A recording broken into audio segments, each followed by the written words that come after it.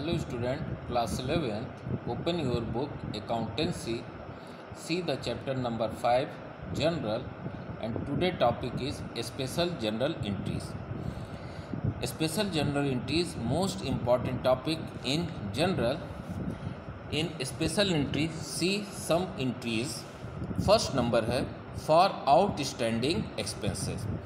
You know about outstanding expenses? Outstanding expenses, which expenses work received this accounting year but amount not paid.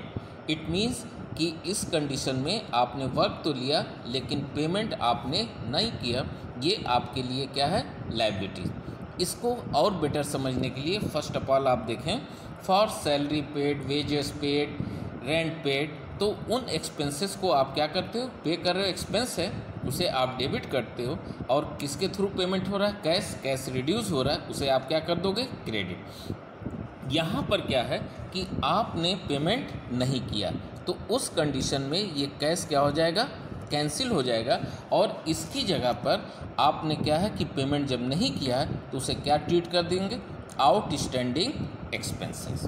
Okay. For prepaid expenses it means expenses paid in advance in this accounting year but benefit not receive in this accounting year.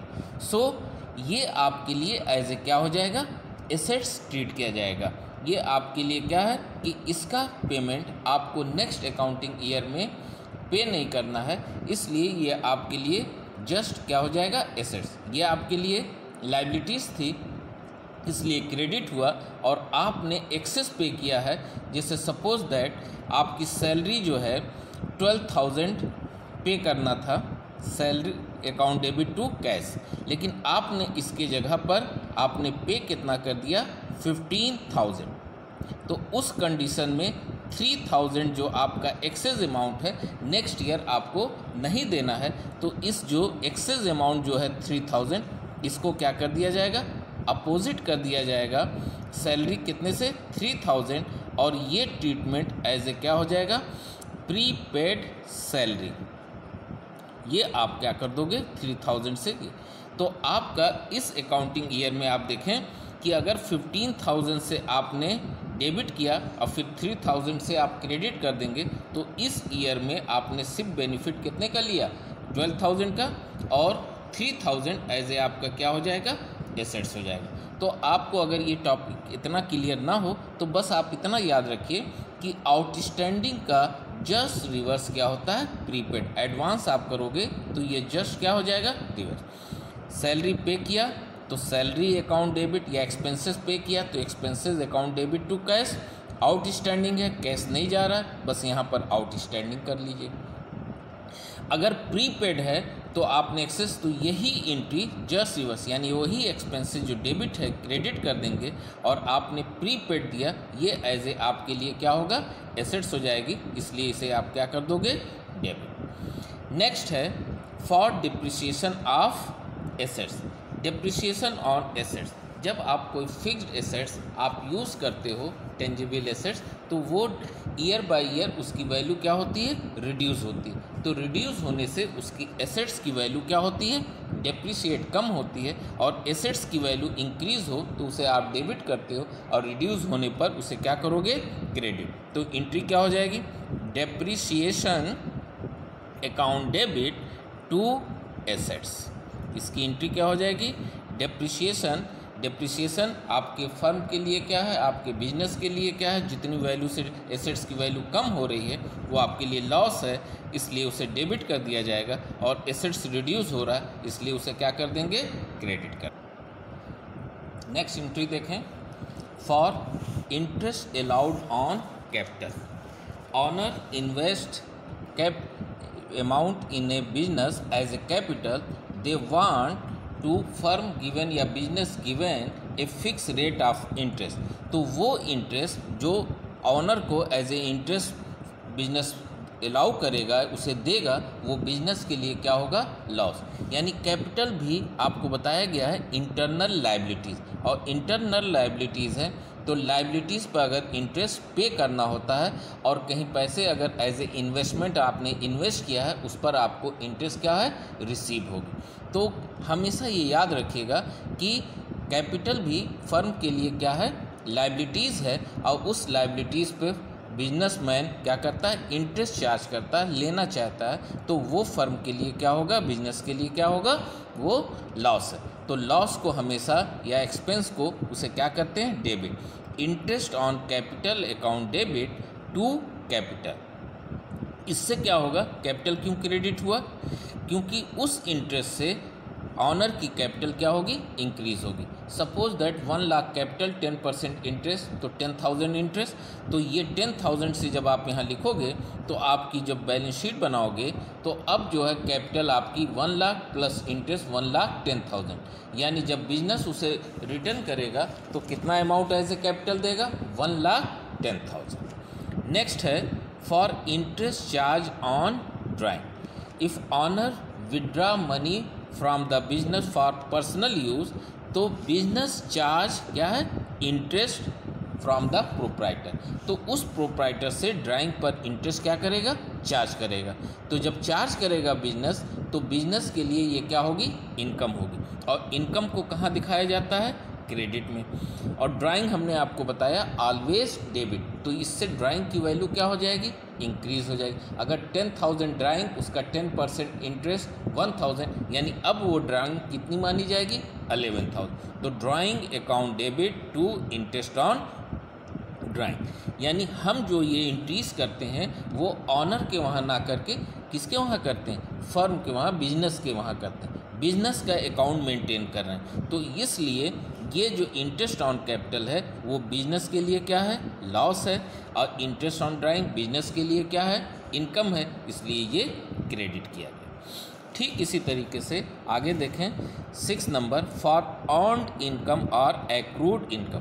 Earned income means यानी work done but amount not receive this accounting year. अगर income receive होती है, suppose that for received commission, अगर commission आपको क्या हो रहा है रिसीव हो, तो क्या एंट्री करते हो आप, cash account debit to commission account, cash account debit to commission.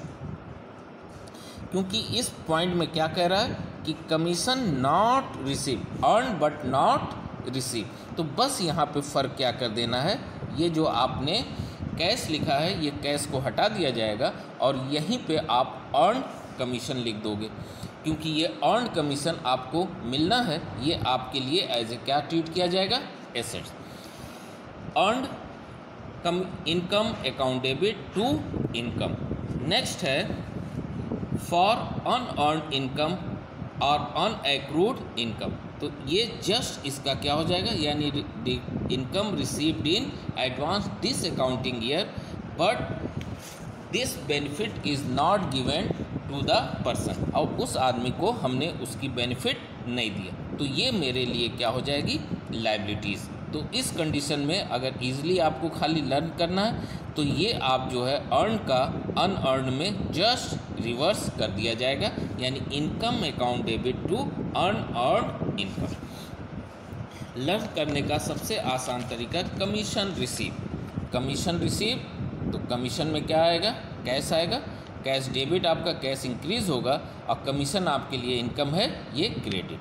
अगर अर्नड है बट नॉट रिसीव है तो ये कैश खत्म हो जाएगा, यहीं पे क्या लिख दिया जाएगा आपका अर्न इनकम, वो अर्न इनकम की जगह अर्न कमीशन। और अनएक्रूड की कंडीशन में जस्ट इसको क्या कर लीजिएगा, आप रिवर्स कर लेंगे। फिर देखें next point, bad debts recovery which were return off as a bad debts in the previous year. Good sold credit to the customer may be कि some customer is not paid the money to businessman which amount is transferred to bad debts or which account is closed, but after some time या next year may be कि some customers are given money, तो उस condition में जिसका account मैंने bad डेब्ट लिखकर close कर दिया, लेकिन अब वो बंदा आपको पेमेंट देगा तो आपके पास जो है पैसे आ रहे हैं। तो जब पैसे आ रहे हैं तो कैश आपकी इंक्रीज़ होगी डेबिट, क्योंकि ऑलरेडी वो बैड डेब्ट्स लिखकर मैंने उसके डेटर से वो अमाउंट क्लोज कर दिया। तो अब उस नाम को ना लिखकर एक नए नाम, एक तरीके से ये बैड डेब्ट्स रिकवरी उस बिजनेस के लिए क्या है, इनकम है। तो इसलिए टू बैड डेब्ट्स रिकवरी के नाम से इसे लिखा। ये बहुत इंपॉर्टेंट ट्रांजैक्शंस है, मोस्टली एग्ज़ाम में ये पूछे जाते हैं। एक बार फिर देख लें कि bad debts recovery which return off as a bad debts in previous year, यानी हमने उसे बैड डेब्ट्स मानकर कि वो बंदा हमको पेमेंट नहीं देगा, हमने अकाउंट क्लोज कर दिया, लेकिन उसने मुझे जब पेमेंट दिया तो क्योंकि उसका अकाउंट क्लोज हुआ, उसके नाम से अब अमाउंट ना लेकर हम उसे किस नाम से लेंगे, बैड डेब्ट्स रिकवरी। इसलिए क्रेडिट हो रहा है क्योंकि ये मेरे लिए क्या है, इनकम। नेक्स्ट देखें, number 9, due from Amit are now bad debts. Due from Amit यानी ड्यू फ्रॉम अमित मीन्स यानी अमित से अमाउंट ड्यू था, लेना था आपको, but now bad debts which amount is not received, और ट्रांसफ़र कहाँ कर दिया आपने, बैड डेब्ट। तो उस कंडीशन में ये आपके फर्म के लिए क्या है, बिजनेस के लिए क्या है, लॉस है। लॉस है, इसलिए बैड डेब्ट्स अकाउंट डेबिट और अमित का अकाउंट क्या हो जाएगा, क्लोज। डेटर्स को आपने क्या किया होगा, जब आपने किया डेबिट, और जब क्लोज होगा तो उसे क्या कर दिया जाएगा, क्रेडिट। तो जब भी कोई बैड डेब्ट्स अमाउंट अगर किसी भी पर्सन का है तो bad debts account debit to Amit, Sumit, जो भी होगा उसे मेंशन कर दिया जाएगा। नेक्स्ट एंट्री है अमित हु ओन्ड अस 1000। अमित जो हमसे क्या है, 1000 जो है ले रखा था, बिकम्स बैंकक्रप्ट एंड पेड 40 पैसे इन ए रुपी। वो मुझसे 1000 तो ले रखा था, लेकिन वो दिवालिया हो गया, और अब वो जो है एक प्रोसेस होता है जिसके थ्रू गवर्नमेंट ने वो अपने आप को कोर्ट में सबमिट कर देता है, और उसके बाद वो जितनी उसकी प्रॉपर्टियां होती उसे सेल आउट करके अमाउंट कलेक्ट कर लिया जाता है, और जिस रेशियो में उसके पास अमाउंट अवेलेबल होता है उस रेशियो में बाकी सभी उसके ड्यूज़ को क्लियर किए जाते हैं। तो यहाँ पर 40 पैसे इन ए रुपी का मतलब 100 पैसे में 40 यानी 40% अमाउंट आपको रिसीव हो रहा है, और 60% जो अमाउंट है वो आपके लिए लॉस है, और उस लॉस को आप as a bad debts transfer करें। तो cash account debit, bad debts account debit to Amit. Amit से आप कितना लेना था, 1000 आप क्रेडिट कर दें, 40 पैसे रिसीव हुए यानी 40% 400, और 600 which not recovered transfer to bad debts, ये आप कर दें। ये भी इम्पॉर्टेंट एंट्री है, जैसा कि आपको नंबर 8 आपको बताया, 8, 9, 10 ये बहुत इंपॉर्टेंट ट्रांजैक्शंस है, इसको 2-3 बार आप इसे देख लेंगे। फिर नेक्स्ट है जिसको मैं पहले भी बता दिया है, लेकिन एक बार फिर आप उसे देख लें, रिवाइज कर लें। Purchases account always debit but some circumstances when purchases will be credit. Purchase हमेशा डेबिट होता है, लेकिन कुछ सिचुएशंस में परचेज को क्या है, क्रेडिट किए जाते हैं। वो सिचुएशन क्या है उसे आप देखें। Drawings of goods for personal use. Drawing आप कर रहे हो किसमें, गुड्स से। ड्राइंग आपका ऑलवेज क्या होता है, डेबिट, और जब ड्रा करोगे बिजनेस से गुड्स तो आपका जो परचेज किया रखा आपका गुड्स है वो क्या होगा, रिड्यूस। परचेज जब बढ़ता है तो उसे डेबिट कर रहे हो, और जब रिड्यूस होगा तो उसे क्या कर दीजिएगा, क्योंकि पर्सनल यूज़ के लिए आप सेलिंग प्राइस पे नहीं लेते हो, इसलिए उसे क्या लिखा जाएगा, to purchase. For goods given away as charity. आपने गुड्स चैरिटी में दिया विदाउट एनी जो है पेमेंट, तो उस कंडीशन में आपका चैरिटी आपके लिए क्या होगा, लॉस है। लॉस को क्या करेंगे, डेबिट, और गुड्स आपका क्या हो रहा है, रिड्यूस हो रहा है, इसलिए टू परचेजेस। ये सेलिंग पर्पस नहीं, यानी सेल पर्पस के छोड़कर किसी भी, यानी goods use other than sale treated as purchase credit, उसे आप क्या करोगे, क्रेडिट में लिखोगे। फिर goods distributed as a free sample. अगर आपने फ्री सैंपल में गुड्स दिया तो वो फ्री सैंपल आपके लिए क्या है, एक्सपेंस है, इसलिए उसको भी डेबिट, और आपका गुड्स कम हो रहा है तो टू परचेजेस।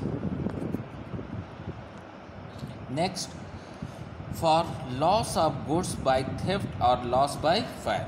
मे बी कि आपका जो है गुड्स जो शॉप में है वो चोरी हो जाए या आग से जो है ख़राब हो जाए, तो ऐसे कंडीशन में देखिए दोनों आपके लिए क्या है, चाहे वो चोरी हो जाए चाहे वो जल जाए, वो दोनों चीज़ें क्या है, लॉस है। तो लॉस होने पर उसे क्या करते हैं, debit. Loss by theft account debit, loss by fire account debit. और इन दोनों कंडीशन में आपके गुड्स कम हो रहे हैं, इसलिए टू परचेजेस। नेक्स्ट आइए, इसी कंडीशन में जब आप ये जो है केसेस में मे बी कि उस गुड्स को आपने इंश्योर्ड या अनइंश्योर्ड हो, तो उस कंडीशन में इंश्योरेंस कंपनी आपको कैसे कंपनसेट करती है। When insurance company admit partial claim, यानी आपने जो गुड्स अपने शॉप में रखा उसके लिए इंश्योर्ड करा रखा है, लेकिन इंश्योरेंस कंपनी जो है क्लेम जो है आपको पार्टली पे कर रही, यानी अगर 10,000 आपका गुड्स है सपोज दैट, और वो 80% ही कंपनसेट कर रही है, तो 10,000 का 80% यानी 8,000 वो प्रॉमिस कर रही है कि मैं पे करूंगा, और 2,000 आपके लिए लॉस है, उसे आप प्रॉफिट एंड लॉस अकाउंट में ट्रांसफ़र कर दो। तो उस कंडीशन में जितना एक्सेप्ट करेगी इंश्योरेंस कंपनी अकाउंट डेबिट, ये एज ए डेटर मेरा हो जाएगा, क्लेम एडमिटेड या एक्सेप्टेड कह सकते हैं, और प्रॉफिट एंड लॉस जो आपके लिए लॉस है उसे क्लेम नॉट एडमिटेड, जो क्लेम वो एक्सेप्ट नहीं करेगा वो हम लोग अपने प्रॉफिट एंड लॉस अकाउंट में, और टू लॉस बाय फायर या थेफ्ट जो है 10,000 वो यहाँ पर लिख देंगे, 8,000 2,000 इस तरीके से यहाँ पर शो कर दिया जाए।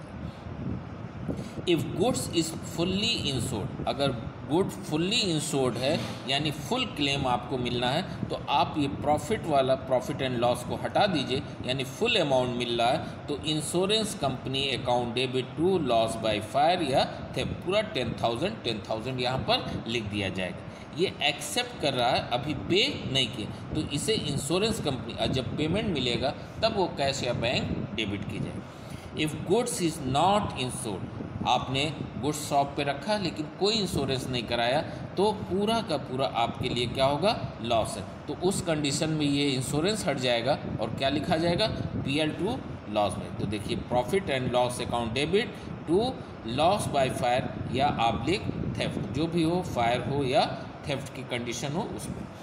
फिर नेक्स्ट है on recovery of insurance company, ये तो एक्सेप्ट तो कर लिया, लेकिन बाद में जब वो अमाउंट पे करते हैं तो पैसा आपके पास आएगा एज ए कैश आए तो कैश अकाउंट डेबिट, और अगर वो जो है ड्राफ्ट वगैरह डायरेक्टली आपके अकाउंट में तो बैंक अकाउंट डेबिट, और गिवर कौन है, इंश्योरेंस कंपनी, उसे आप क्या कर देंगे, क्रेडिट कर देंगे। फिर सबसे जो इसका मेन जो टॉपिक है वो आप देखें, एक्सपेंडिचर ऑन इंस्टॉलेशन या erection of machine and on the construction of building.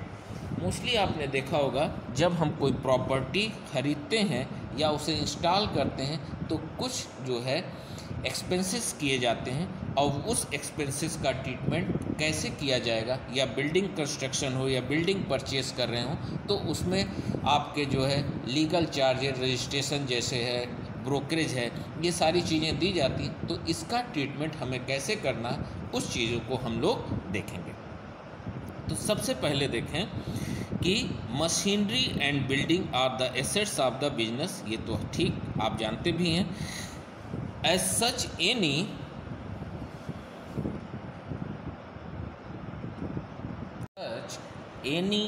expenditure incurred on the carriage and installation of machine such as freight, wages paid for installation and other installation expenses are treated as a capital expenditure।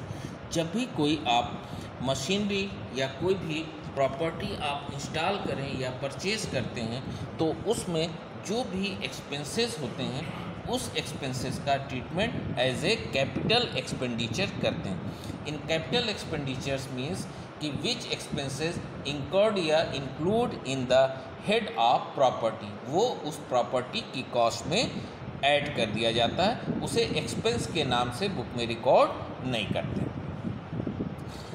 Expenditure on installation is such the part of cost machinery and it's debited to machinery, इसीलिए उस machine की cost में उसके installation, उसकी purchasing expenses पे जो भी expenses हुए हैं वो सारी चीज़ें उस मशीन की कॉस्ट में ऐड कर देते हैं। Similarly any expenditure incurred on the construction of building, अगर आप बिल्डिंग का कंस्ट्रक्शन करते हैं तो उसमें जो है गिट्टी, कंक्रीट, सरिया, सीमेंट और बालू, जो भी चीज़ें आप परचेज़ करते हैं वो सारी चीज़ों की जो है कॉस्ट जो होती है उस मटेरियल को उस प्रॉपर्टी की कॉस्ट में क्या करते हैं, इन्वॉल्व करते हैं। उस एक्सपेंसेस को भी हम लोग क्या कहते हैं, capital expenditure. Such as purchase of material and payment of wages are also treated as capital expenses. और ये सारी चीज़ें उस बिल्डिंग की कॉस्ट में हेड में ऐड करके लिखते हैं, इसे सेपरेटली कोई एक्सपेंस जैसे वेजेस डेबिट या फ्रेट डेबिट इन सब चीज़ों के नाम से रिकॉर्ड नहीं करते। तो उसकी एंट्री क्या होगी, assets account debit to cash account, और उस डिटेल को जो एक्सपेंसेस हुआ इंस्टॉलेशन में वो वहाँ पर उसके नरेशन में इन्वॉल्व कर दिया जाएगा। Okay, thank you.